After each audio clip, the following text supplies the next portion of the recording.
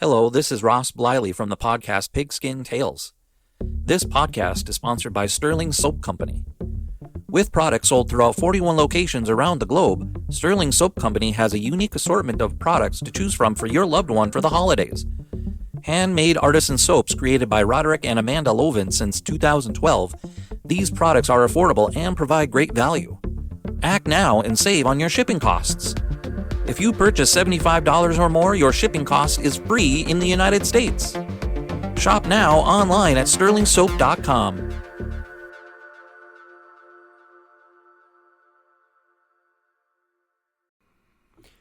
Imagine a town forged in the fires of industry, rallying around a band of gridiron gladiators.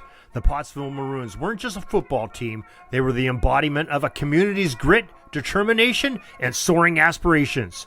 In 1925, they clawed their way to the pinnacle of professional football, only to have it all ripped away in a controversy that still echoes throughout the halls of the NFL.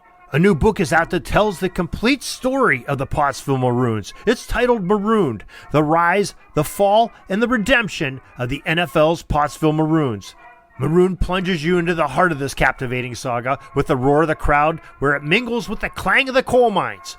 Authors Jeffrey Payne and Darren Hayes chronicled this team's rise from the humble beginnings to the gridiron dominance and everything in between. Experience the thrill of victory as the Maroons conquer their rivals, their every triumph a testament to the small-town spirit conquering the big city odds, and the fall, and how they get the redemption and try to get their championship back. It's all covered in Maroons, and you have a unique opportunity to win an autographed copy from Sports History Network and Pigskin Dispatch. The details are found for this contest at sportshistorynetwork.com, your headquarters for sports yesteryear. This podcast is part of the Sports History Network, your headquarters for the yesteryear of your favorite sport. You can learn more at sportshistorynetwork.com. Hello, weightlifting fans and sports fans. Welcome to another edition of No Nonsense Old School Weightlifting History. I'm here once again with my son, Everett. Welcome to the show, Everett. So glad to be back for part 2. So last week we were discussing the changes in the weight classes over the years, and we do have a few corrections to make. I think I stated last week that the super heavyweights didn't start until around the mid-70s, the mid-1970s, and I did some research on that. It actually started sooner than I thought. In 1969 was the year that the IWF added two new weight classes. They added the 52 kilo class, which is 114 pounds, and they also added the 110 kilo class, which is 242 pounds. And anything over that was now considered not a heavyweight, but a super heavyweight. So that was in 1969. And then one other thing I found out, we were trying to figure out last week what year they went to strictly just 3 lifts, because I know you had mentioned that in the early Olympics, They were doing a lot of one-handed lifts, and you said there were like 8 events, maybe even more than that. 8 events, correct. And so 1928, which is sooner than I thought it was. 1928 is when they decided to just go to the 3 lifts: the snatch, the clean and press, the clean and jerk. And that did not change. They had the 3 lifts. That was from 1928 all the way up until 1972. Those 3 lifts were in the Olympics. And what was the one? And more on that later. Yes. There was one correction. Yeah, and then I had one brief correction from the last episode as well on the weight classes. Just one very small correction when I was mentioning the new weight classes that are coming very soon. There was one I had gotten wrong. I said there was going to be a 98 kilo class, and that's actually a 94 kilo class. I think the 98 that I found was some information from when these changes were still in talks and not yet finalized what the classes would be. So all of the new men's classes will be 60 kilo, 65, 71, 79, 88, 94, 110, and super heavyweight. And it's interesting because this ties into, as we discussed, the classes have changed quite a few times now. Yeah. They've kind of run out of classes to pick because the 94 is actually a repeat of one of the classes that existed between 1998 and I forget what we said it was, 2018 or something around there. Right. And so they've actually brought back what some of the old classes were. 110 they brought. But it's considered a new category. And yeah, 110 has existed previously as well. Probably 60. Also 60. Existed, yep, I think. 60. Yeah. 60 existed. Yeah. These actually sound like very good classes. These new weight classes. The numbers themselves sound very good. Yeah, they're not that bad. Yep, those are two. But two. We'll still see if there will be differences with Olympic classes or not. Right. I think if they don't do that again, which I have no idea, but if they were to not do that, I think these new classes might be pretty good because they're not huge changes from the current classes. Yes. But anyway, so we want to move on to another topic, and I tried to do some research on this, but I couldn't find what year they started having they've always had, as far back as I remember, they've had 3 judges. They have the head judge, right, and the 2 side judges.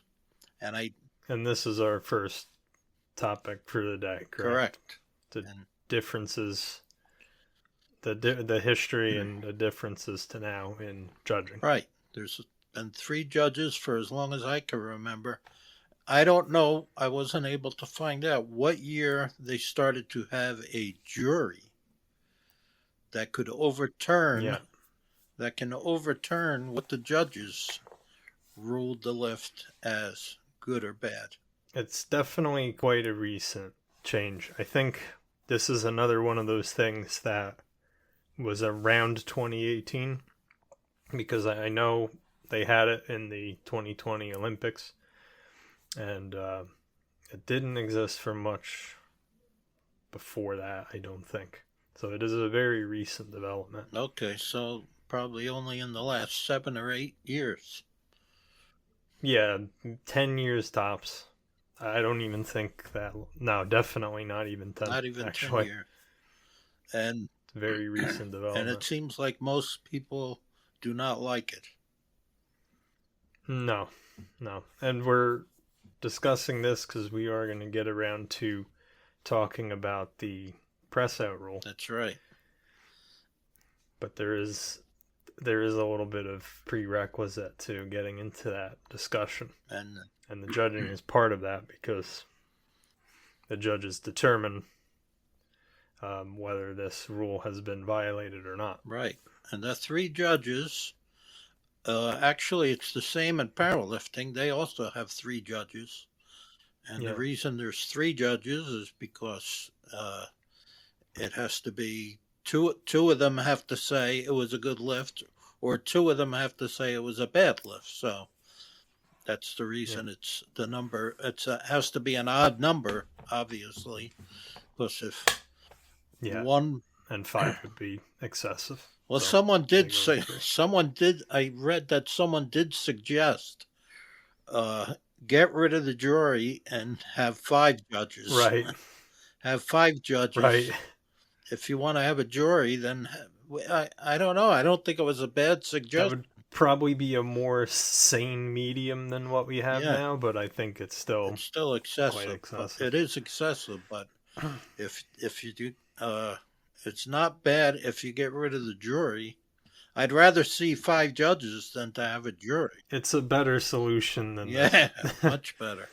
But we'll get to that in a bit. First, we want to talk about I'll let you talk about the history of how the judging used to be. Yeah, well, I can With only 3 go judges. back to my time. You know, I started competing in 1981, and as far as I know, most of the guys when I started lifting in 1981, most of the guys that I was lifting with were older than me and had been lifting during the 1970s.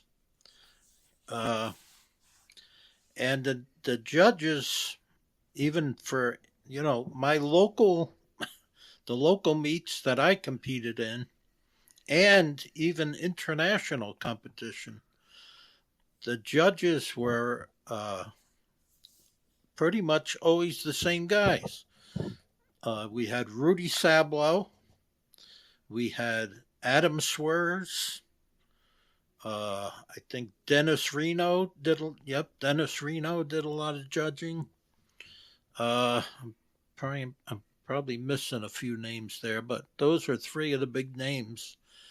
Dennis Reno, Adam Swears, Rudy Sablow. They did a lot of international.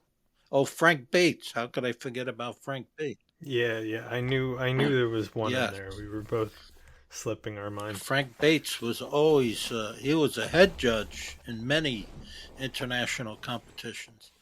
And these guys were, very dedicated to the sport, and they would do all the local meets, almost every meet that I competed in. Those were the guys that were judging. And these were all retired, very experienced weightlifters themselves. experienced, yep. Correct? All had formerly, Which yep, they had you would think that makes sense, right? It makes sense if the person judging if your lift is a good lift or not a good lift. It makes sense if that person has done quite a few lifts themselves. right, I think. right. These guys, it's not a crazy concept. yeah, and they had been doing this for years and years, so they were well experienced. They knew exactly what they were looking for to determine if it was a good lift or not. And they were strict, but not to the point of the way it is now. I mean, they were strict, and there were certain rules that everyone knew. And Rudy Sablow was very strict about they called him Rulebook Rudy. He was the guy that knew all the rules, so they called him Rulebook Rudy, and he was very strict about the rules, but he was fair. I mean, there was no favoritism. He didn't treat anyone any differently, and they were strict, but they were not. No, they didn't like nitpick like they're doing now. It seems like nitpicking. So we could get into the main topic of the main topic of controversy is the press out rule. Well, first, just to continue talking about Rudy a little bit, like you mentioned, a lot of these judges you mentioned, they were at basically all of these competitions. Right. And I just think it would be interesting to hear a bit about this, because you've talked to me about this before, how, like you said, even at some local competitions, they would be there. Yep. And if I'm not mistaken, you've actually had experience personally in competitions you've been in of Rudy being one of the judges. Yes, Rudy. Is that right? Rudy. Yeah. Oh, yeah. And a couple of funny stories. I had one contest. A lot of the contests I competed in We're at Lost Battalion Hall, which is in Rego Park, Queens, New York. That was a hot spot of lifting. They would have at least 3 or 4 competitions there every year. And one particular contest I was in, I had on my even the stuff you were allowed to wear was different then.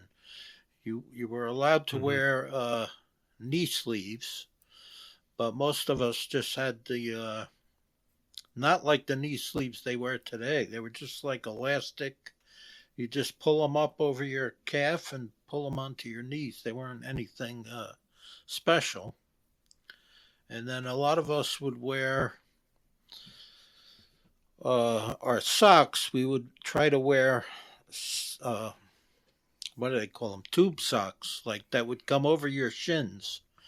Because a lot of us would, I don't know, maybe the bars were different. Maybe the bars had more knurling then, but a lot of us would scrape our shins would get scraped and start bleeding because the bar was. So I pulled up my tube socks so high that the tops touched the bottoms of my knee sleeves, not realizing that this was a rule infraction. At that time, the rule specified that there had to be a separation between the tops of your socks and the bottoms of your knee sleeves, and there had to be some skin showing in between. I wasn't aware of the rule, and Rudy was the head judge. Rudy noticed the infraction, of course, but he allowed me to complete my lift before approaching me. As soon as I put the bar down, I heard Rudy's voice. And Rudy would never call you by name during a competition, or even at the weigh-in. Everyone was called Lifter. So I heard him say, "Lifter," and I knew I was in trouble. But I didn't know why. So I walked over to him, and he asked me if I knew my socks weren't supposed to touch my knee sleeves. I told him I didn't know that was a rule, and explained it to me. He told me what page it was on, and that it was my responsibility to know every rule in the rule book. So the point is, while he was a stickler for the rules, he also knew enough about lifting to wait until after I completed my lift to talk to me, because he knew that telling me before the lift might cause me to lose focus. Now, if it had been a major rule infraction, such as having oil on my thighs, then he would have had to tell me before the lift. But this was a very minor infraction, so he waited. And this is just one example of a judge who knew from his experiences as a former lifter himself what needed to be done. Speaking of oil on the thighs brings me to my next story.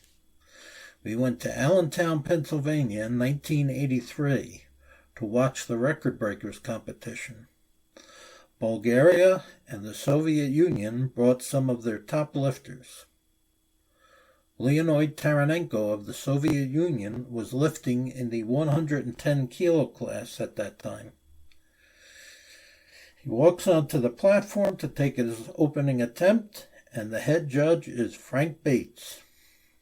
Frank was up in age, and he was a fairly heavy guy, so he moved rather slowly. So he rises from his seat and slowly walks over to the lifting platform. And he takes the back of his hand and rubs it against the front of Taranenko's thigh. He looks at Taranenko and orders him to get off the platform because he has baby oil on his thighs. Now the Soviet coaches are frantic because the timer is still running and they've got to get a bunch of towels to hurry up and wipe this oil off of his thighs. I don't remember if he made the lift or not, but this is an example of how no one got special treatment. It didn't matter if you were one of the best lifters in the world or some guy like me lifting in local meets. Everyone was treated the same. So I think to me that the real highlight here, the big contrast now from what you explained with your era of judging, is all of those judges at that time, these were notable figures in the sport. Everybody knew who these people were. They knew who Rudy Sabla was. They knew who Frank Bates was.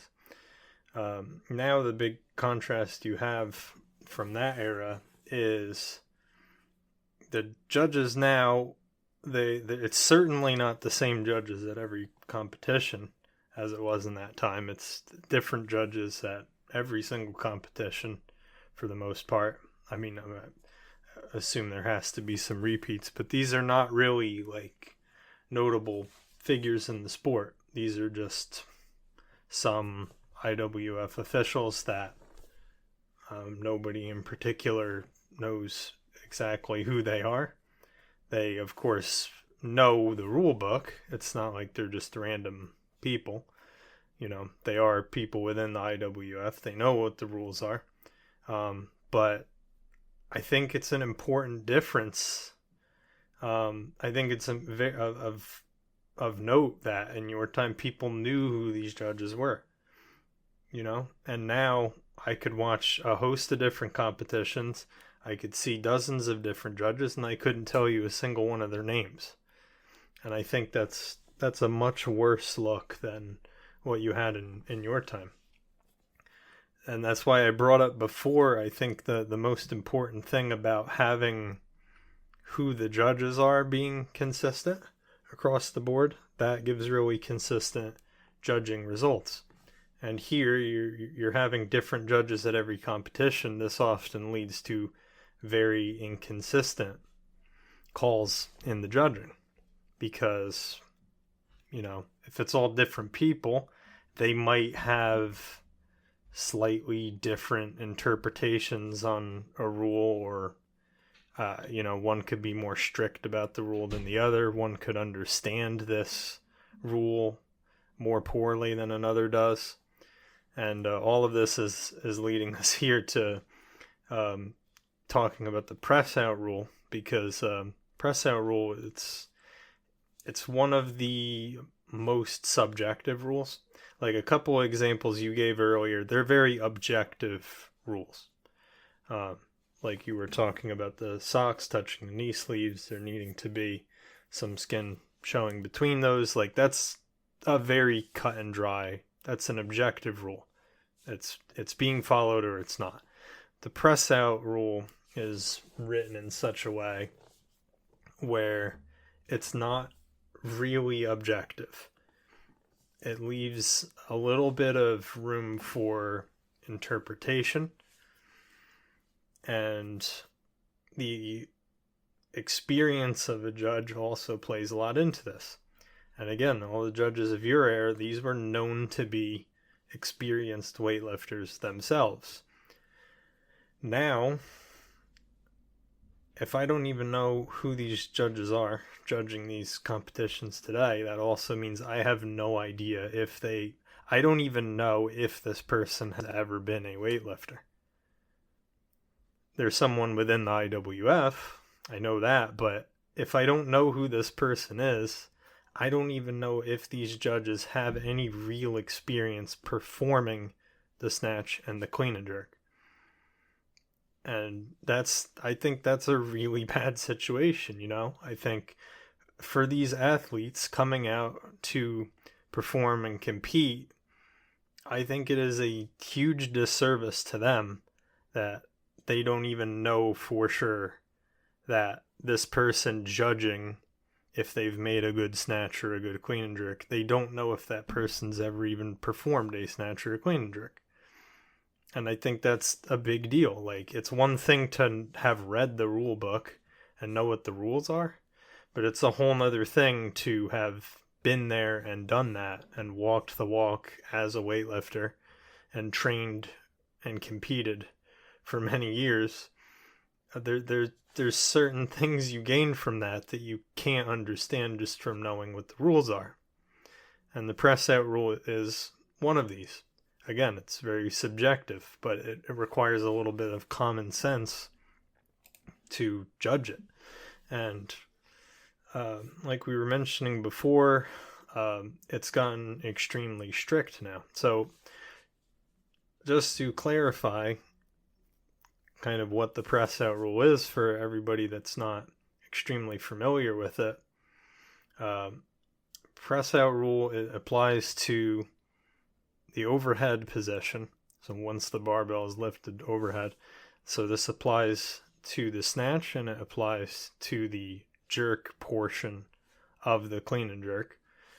And essentially the press out rule simply states that I'm going to try to show this as best I can on the camera. It just simply states that the elbow must move in a smooth motion straight to a locked out position. So an example of a press out would be if I perform a jerk where I'm only able to jerk it to here where my elbow is not locked, and then I have to noticeably press it out the rest of the way, like this, then it's clearly two motions. That's considered a press out. So it has to be one smooth motion like that, which is why it's called the jerk. It's a jerking motion where it's one swift motion to lock the elbows out overhead. And then the same in the snatch. If you catch it where your elbow is not initially fully locked, same thing there. It's considered a press out. And this is a very nuanced rule because there's a little bit more to it than that as well. It's also considered a press out if I do it successfully in one motion, but then let's say I get it overhead in one motion, but then I'm a little bit unstable and I have to walk around forward with the weight a little bit or something. And if you're unstable, what can happen? Even though I've got this good lockout, you might unlock a little bit if you're unstable. So if I were to lock it out and then at any point before receiving the down signal, if my elbow unbends and then rebends, or rebends and then relocks out, that's also considered a press out. So there can't be a rebend of the elbow at any point. It has to be perfect lockout and remain locked out with no rebend of the elbow. So that's very tricky to judge because, and this is where the common sense comes in and the value of somebody who's done these lifts as a judge comes in, because there's a little bit of common sense that needs to be applied where if it's a really egregious huge press out, like that's one thing, but you start getting into a fine line where what if you get a really subtle flicker of the elbow, right? What if you lock out overhead and there's just barely a little wobble like that? We're looking on this camera here, like you could barely even see that. What happens then? Like technically, if you were to read the rule for what it is, technically that is a press out. But it's getting into this realm of if 99.9% of people can't even perceive that, it's just getting too strict at that point. And that's what you're seeing a lot of times with some of these calls on the press out now, is you're seeing really, really strict calls like this. I think that's why. So I want to hand this. Well, that's why it's so important what you're saying, that it's important to have judges that have actually weightlifted themselves. Yeah. Because. Right. And maybe these judges have. But again, we just don't even know that. Right. And I think that's a disservice to everyone involved. They have the right to know that. Because someone a judge that has done weightlifting himself understands he understands why there might be a slight elbow bend, or like you were saying, a slight wobble, because for two reasons. Number one, everyone is built differently. You know, a lot of these guys have a tremendous lockout, like almost like double jointed. Like Botev comes to mind. Stefan Botev comes to mind. Almost like he was double jointed. His lockout was, you know, this was someone that never had to worry about a press out because it's just the way he was built. And not everyone is built that way. Yeah. And you've got guys. In fact, go ahead. Yep. I'm even kind of a good example of this. I was almost giving you a bad example by using my right elbow, because I'm somebody that there are things you can do to improve this, and I am working on those, but I'm kind of an example of someone where you can see this. It's actually noticeable even on camera that my left elbow locks out better than my right elbow does, and that's actually noticeable. Right. This unlocks more easily than my left side. Yeah, there are physical. So there are anatomical differences that can play into this. Anatomical. Some people, they're not. It's literally impossible. This might be their full lockout. Yeah.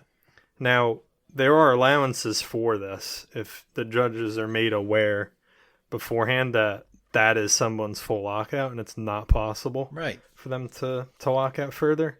That is allowed, but it adds even more cloudiness to the discussion in a sense, because how do we judge what's a press out for that person now? How do we judge what is a full lockout? Yeah, and it becomes an extremely difficult thing to judge. There are so many different factors that can play into a guy. How many of these guys have had elbow surgeries? How many of these guys have had shoulder surgeries? Where, like you said, it's not even possible for them to get a complete lockout due to these injuries and surgery. You're mentioning shoulder too. That's another nuance to the rule. Yeah, is everything we've discussed with this press out rule. It all just pertains to the elbow. What is allowed is some movement in the shoulders, like a depression in the shoulder, like that, for example. Right. As long as nothing changes in the elbow lockout, that is allowed. But you even run into bad calls like this sometimes where some movement happens in the shoulder and that's misperceived to have been some movement in the elbow. Right. So I mentioned... And this is part of where the jury difference comes in as well, is because a lot of times, if it's not 100% perfect... Like you might have had some shoulder movement but no elbow movement, but just because they've seen something imperfect, well, now the jury's getting involved in having a look at it, and they're watching it over and over on video. And if there's anything with your elbow that wasn't 100% perfect, now they're going to find it. It's too extreme. And this is the big difference with the jury being involved, is in your time. There was no rewatching video. No. It was 3 judges. They make the call. That's it. You got 2 white lights. It was a good lift, and that was the end of it. Yeah. There was no controversy. But now the jury, if the jury gets involved, they can watch it over and over as many times as they want. And it's, again, it's kind of one of these things where at what point is that too strict? Because... if it's an infraction, technically, according to the rules, an infraction, if it's an infraction so minuscule that nobody even caught it in real time when the lift was happening, like, does it matter at that point? Yeah, it's just too extreme. I don't think so. It's gone beyond strict. I mean, I know they have to be strict, but it's gone beyond just being strict. It's gone to extreme measures. Another factor I wanted to bring up, especially with the heavier lifters, like the guys, the heavyweights and the super heavyweights, obviously they're doing the most. These guys are all clean and jerking well over 500 pounds.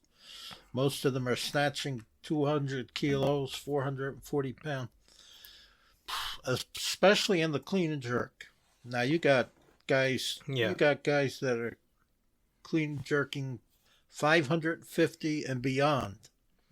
When they get that bar overhead, they might have a good lockout, like you said, but then they have a hard time with the recovery because that bar is moving. People don't understand that. The judges, there's a lot of oscillation in the bar. The bar is oscillating, yes. They have the bar over their head, and the bar is moving on them. So that makes it a lot more difficult to gain control, get your feet in line, and while you're trying to get it under control, like you said, there might be a slight give in the elbow. And a flicker is the term I use. Right. Or it's just something like that, like just a little bit of shake, essentially. And that should be acceptable. Just not even unlocking, just small bit of instability because the bar is moving. Yes. You know, at some point when the bar is shaking on you, physics says your arm's going to shake a little bit. Yes, and that should be acceptable. And as the weight gets heavier, obviously that oscillation is getting more violent. And when they're calling that a not a good lift because of that, that's just getting too nitpicking. That's just nitpicking, and it's way too extreme, way overly strict. Yeah. And I don't think it's good for the sport at all that these lifts... No, it's extremely bad. These lifts are being turned down that are perfectly good lifts. It's extremely bad. And there's controversies at almost every competition now, it seems like. Because, as we've said, again, there's so much inconsistency in this judging. Right. Because of having different judges all the time. There's extreme inconsistency. So on one end of the spectrum, you have these really strict, crazy calls that are just way too punishing and way too harsh. And on the other extreme, a very famous example of it happening recently at the Paris Olympics, you have some cases where it's almost the opposite thing, where it's like everybody can agree, like, yeah, that was clearly a press out. And sometimes on the opposite end of the spectrum, people are getting away with things that are blatantly bad calls. Yeah, so. And there's just no inconsistency. You can have in the same competition from day to day, you might have different judges. Right. And there have been cases like this where there will be one session where tons of people get called for the tiniest little thing, crazy strict, and then in the very next session, people are getting away with things more egregious than that. Right. With nobody getting called. No consistency. So there's just no, the problem, that's the biggest problem, is there's no consistency in this judging, especially with the jury being involved. Well, because they can get involved whenever they want, and they can take away a lift that was considered good. Right. And when you don't have consistency, and I could compare that to baseball, where the umpire, a lot of umpires get criticized for that. They'll call a ball that was a ball that looked like a strike. They'll call it a ball. And then the next batter gets up, right, the same exact pitch, like in the same exact area of the plate, and now all of a sudden, that's a strike. Well, how come before it was a ball and now it's a strike? There's no... That's where a lot of umpires get criticized for not being consistent. And then how do you... how do you explain? Yeah. Well, that was a press out, and then the next guy comes up, does the same exact thing, and... that's a good lift. So it's just not in the same session, right? But between two different sessions, maybe, and because you have a different judge now. And I think that's the single biggest flaw. At least in the same competition, I think is so unacceptable to have different judges throughout the same competition. That should be the same 3 judges for every single session. Yeah. In the competition. And the same jury members. Yep. That's the other thing, by the way, with the jury. So we're talking about before jury, 3 judges, they make the call. If you get 2 of 3, it's a good lift. Now we've got 3 judges and 5 jury members on the side. Yeah. And these jury, they can get involved whenever they think the judge has made a bad call at their own discretion. Yep. So it gets very complicated. And I've shown you, I always try to show, when we watch lifting together, I always try to show you whatever videos are available from the 1980s and sometimes even the 1970s. They're a lot harder to get. But you always comment that a lot of those lifts would get turned down now.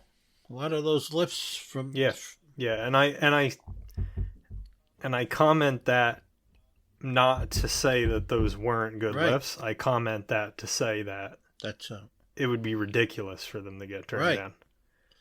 And there was there was I mentioned Stefan Botev before, who never had to worry about getting called for a press out because his lockout was just incredible. He, like I said, he might have been double jointed or something. He had that gift. I think that was just a gift that he had. But then you have some people they just have an incredible lockout. They never. And press. I mentioned other guys who had surgeries, and that plays a factor. One example of that was Yuri Zakharevich of the Soviet Union. During the 1980s. He was one of the best, pound for pound, he was one of the best lifters ever, still rated as one of the best lifters. He had a major elbow injury, completely blew out his elbow, and they had to do reconstructive, surgery, and he was able to come back, but he could never get that. He could never really get his arm locked out because of that. And the judges understood that. They understood why. And that's where, like you said, the difference with judges that have actually lifted, they understand that. But now it's just gotten so extreme and out of hand. And so do you want to talk about the press? Yep. Yeah, we actually should have talked about that first as a prerequisite to this, but we could get into it now. Because this will kind of clarify why the press out rule even exists in the first place. Well, I don't think it's the only reason, but it is a major, fact. It's a huge reason. Out of the 3 lifts, they used to do 3 lifts. Out of the 3 lifts, you are going to have press outs in the press. So up until from 1928 until 1972, they had 3 lifts: the snatch, the clean and jerk, and the clean and press. And that was the lift, the clean and press, where you're going to have most of your press outs. And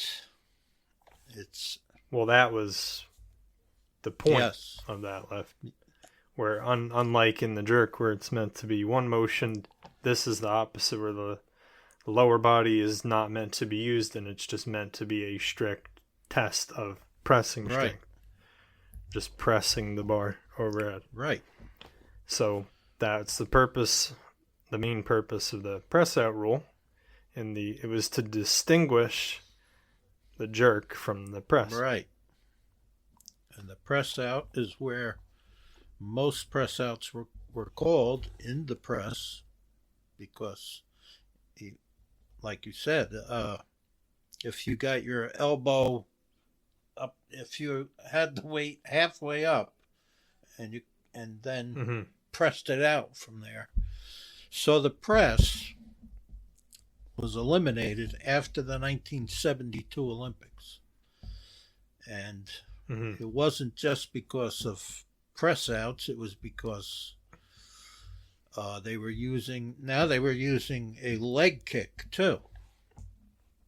Well, not to mention the extreme lean back. Yeah, that's where the leg kick, and they would lean back. They would do a leg kick, and then they would lean back.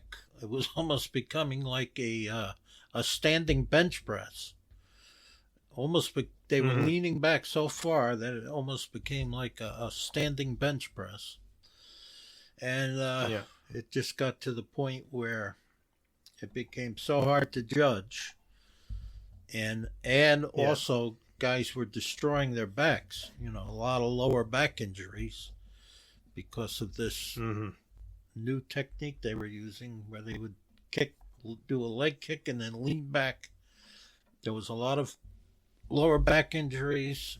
It became so hard to judge that after the 1972 Olympics, they just said, let's just eliminate. Well, one other reason too, and Bruce Clemens told me this story, that competitions were extremely long. You could imagine. Right. You know, they're already long as it is, just with the snatch and clean and jerk. So you can imagine how much longer. Right. He told me 150% of the length. He told me a story of a competition he was in. He had a competition in Philadelphia, and he parked his car. You know, Philadelphia's very kind of like New York City. You know, there's nowhere to park. It's very, very busy city. Nowhere to park. So he parked his car in a parking garage. He said the competition, this was still when the press was involved, so there was 3 lifts.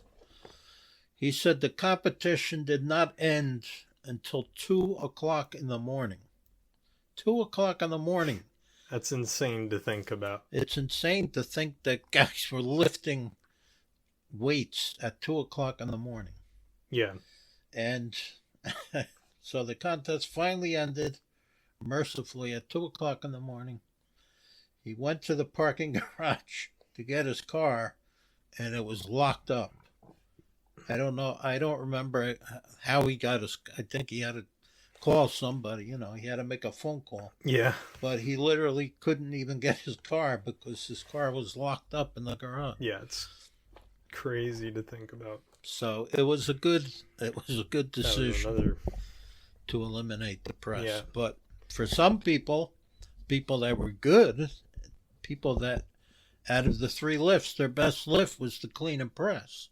Obviously, they weren't happy. Oh, you'd be livid. They weren't happy about it. Yeah.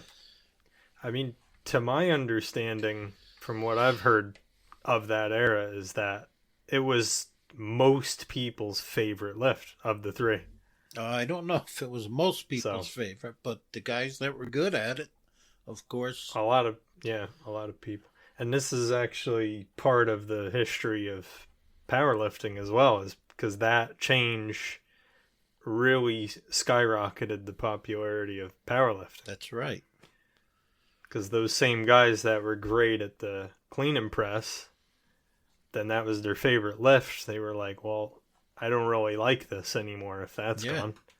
So I'm going to go over to powerlifting where my skill at that's going to transfer to the bench press. Right. One lifter in particular, a well-known name because he later became a professional wrestler. Ken Patera could actually press just as much as he could jerk. He was the first American to clean and jerk. That's crazy. He was the first American to clean and jerk over 500 pounds. He was also the first American to clean and... What did I say? He was the first American to clean and jerk over 500. And he was also the first American to clean and press over 500 pounds. I think his best clean and jerk was roughly around 505 pounds. And his best clean and press was 505 pounds. Right. Which is insane to think about. You know, again, that is without turning it into the sort of standing bench press position that it ultimately became. That would be physically impossible to do. Right. It was only because of that very specific technique that it could be possible for your press to meet your jerk. And that was part of the reason.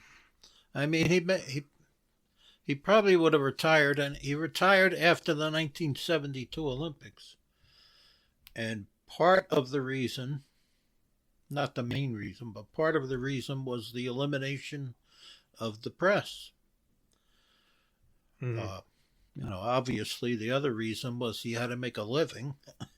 So he went into pro wrestling immediately after the 1972 Olympics, where he did not do well. Actually, I think they did give separate medals. I think he may have gotten a bronze medal in the clean and press. I think he may have gotten a bronze medal in the 1972 Olympics in the press, but then he bombed out in the snatch. Yep. And that's another example of how things have changed. Is there in the Olympics for weightlifting, there are no more medals for events. Right. There's only medals for the total. Yep. And for that matter, if you were to bomb out in the snatch, you're not even allowed to compete in the clean and jerk. You're done. Wow. Yeah, which is insane. Yep. Yeah, So that's another. I'm not huge sure difference. I even realized that. Yeah, because it was always if you bombed out in the snatch, you could still.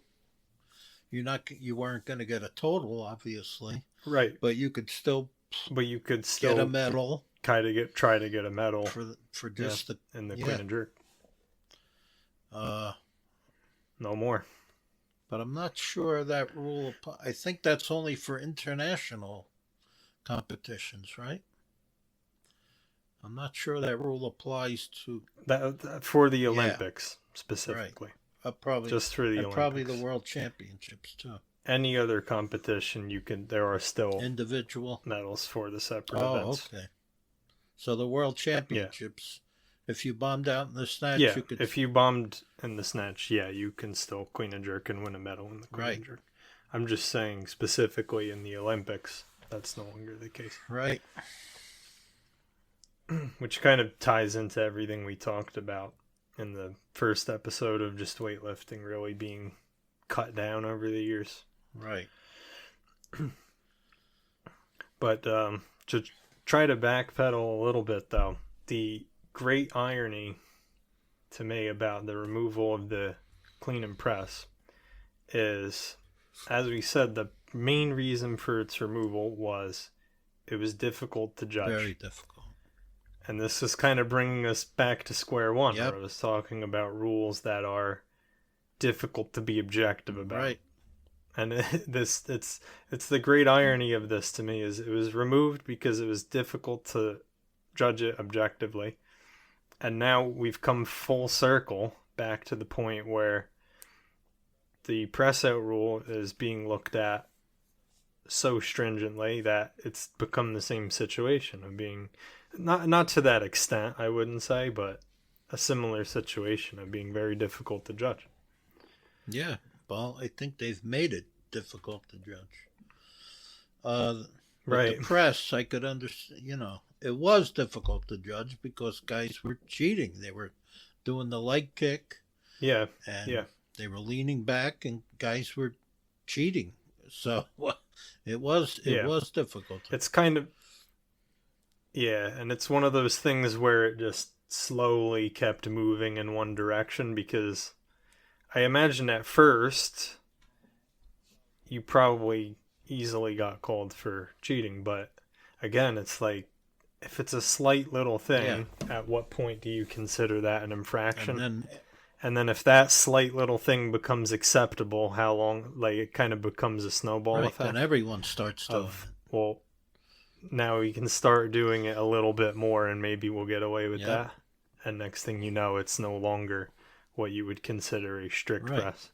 Then everyone starts doing the same thing. So now how are you going to call one guy out for it and not another guy? So, but now this press out rule that they have now, it's just way too extreme.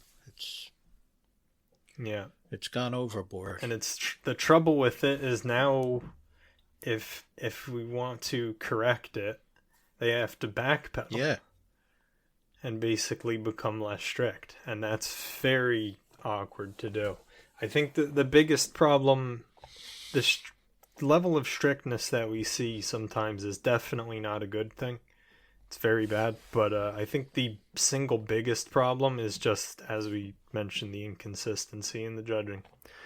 I think the majority of our woes would be solved if it was just actually consistent judging. Right. You know, have the same judges throughout a whole competition for every category of that competition. Have fewer judges overall. You know, you could have continental judges. Right. I think I think the best thing about your era compared to mine was that there simply were fewer judges, and that gave more consistent results. Yeah. Now, it'd be extreme to expect the same 6 people to do all of the competitions. Right. But you could have something like continental judges, where it's like, these are the judges for this continent. Maybe 6 people, right? So it could be 5 or 6 people, so you can have a slightly different team if you need to. But it could be, you know, these are the people, where if a competition is happening in this continent, these are the people that will be judging it, and they're going to judge every competition that takes place in that continent. And that way you can get some more consistency in the results. Right.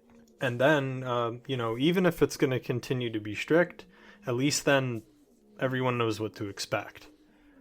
Yeah, and they would. You know what I mean? I think that's the biggest thing we need, is just more consistency. Yeah.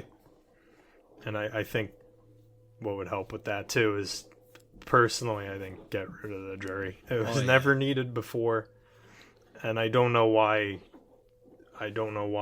we decided we need it now. The juries. I think it was because of this press out getting so strict.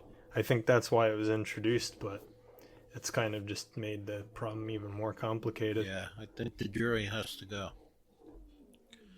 Okay. Yeah, I think jury needs to go, and we need to go back to no watching replays. No. You know, just do no replays at all, because that's how it was in your era. And I genuinely think if you were unable to catch the infraction by watching it in real time, Right. then it doesn't matter. Yeah. Like, that's an extreme way of saying it, but genuinely, if you couldn't notice it in real time, then it is such a slight infraction that it should not matter. Right. And that's why the judges, all 3 judges, are sitting in a different place. You have the guy sitting in, the head judge is sitting with the front view, and then you have one judge on each side to get a side view. So that everyone's got a different angle.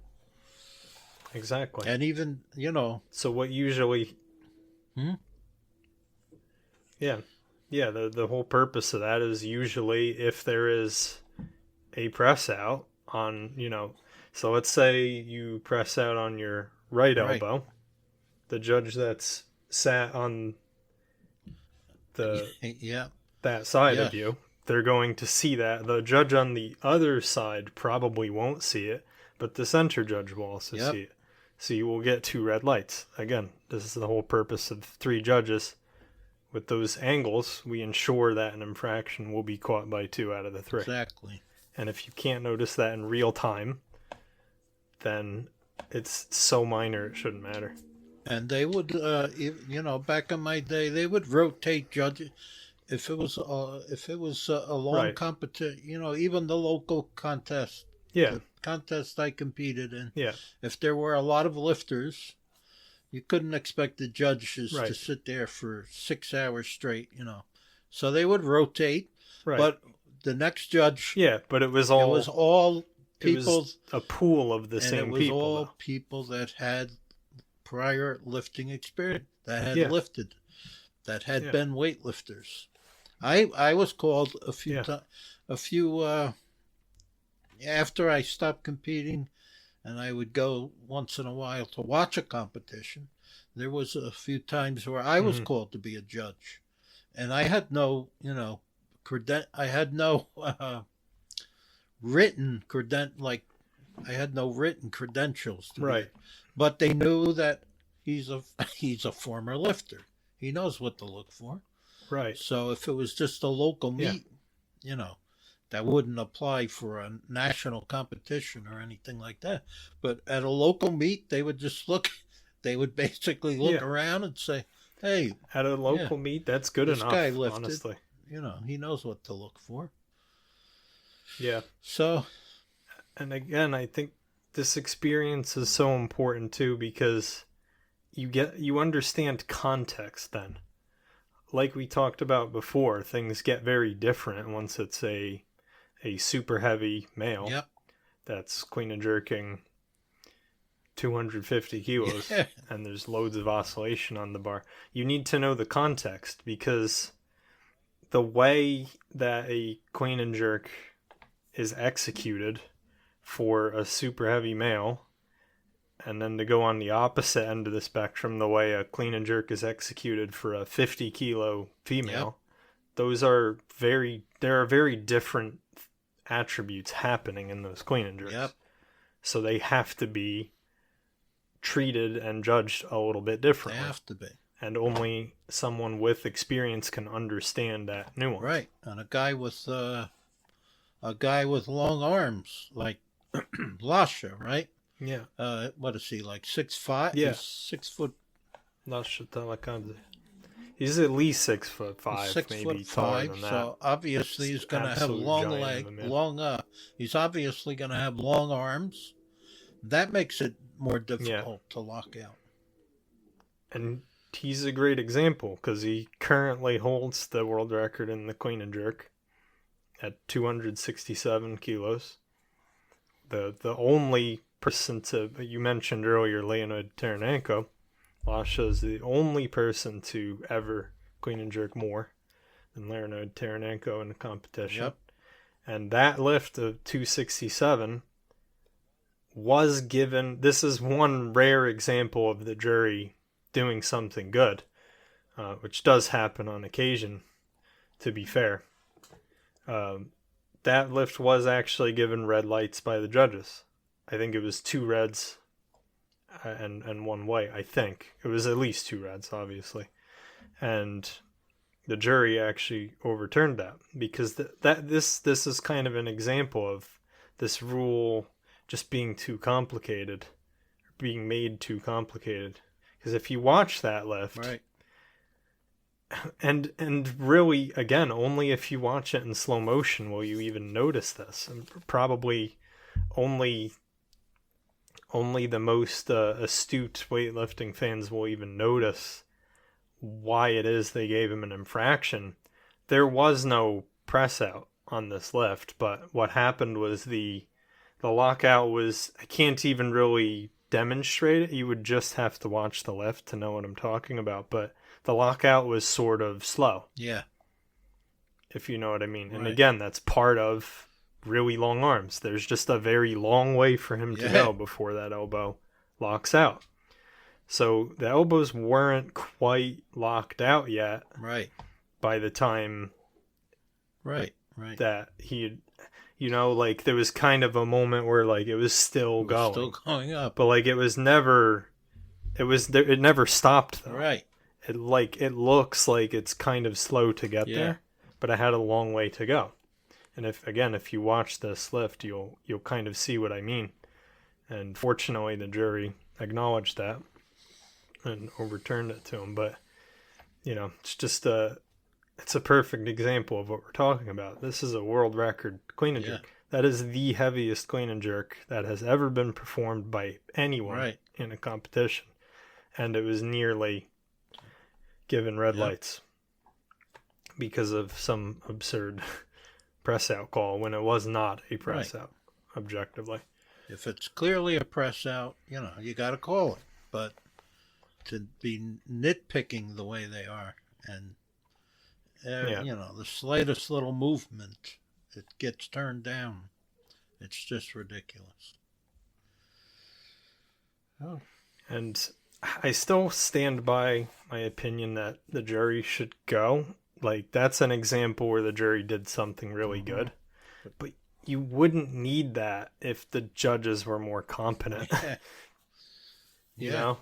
Like that lift just should never have been given red lights in the first place. And that's the real problem in that situation. Yep.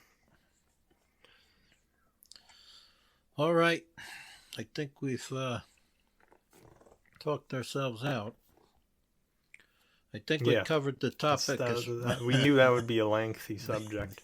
We covered the topic as much as we could, and hope people enjoyed it. Our weightlifting fans out there, and we're going to have some more. Next week, we'll move on to some other topics.